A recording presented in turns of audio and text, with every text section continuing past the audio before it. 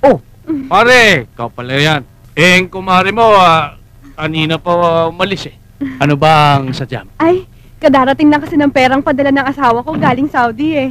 Babayaran ko sana si Mare. Siya nga ba? Alam mo, Pepang, kung ako naging asawa mo, hindi ako tutungo sa Saudi para iwanan ka. Bakit naman pare? Ikaw naman. Napakaganda mo eh. Sobra ka Maraming naman. magkakagusto sa'yo. Talaga? Naku, ikaw naman. Masakit yung kulot eh. Alam ko kung anong kulang sa mga katulad mong malayo asawa. Nakakahiya naman pare. Huwag ka naman ganyan pare, nakakahiya sa mga tao. Baka may Gusto mo makarinig naman. eh.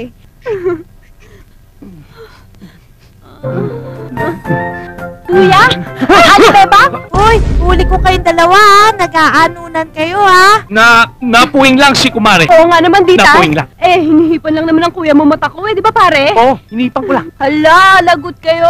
Asusumbong Hoy, ko hoy, hoy. kayo. Bata ka. Iha, etong pera, huwag kang magsusumbong kahit kanino ha. Sige ha. O sige. At tutuloy nyo ang anunan ha.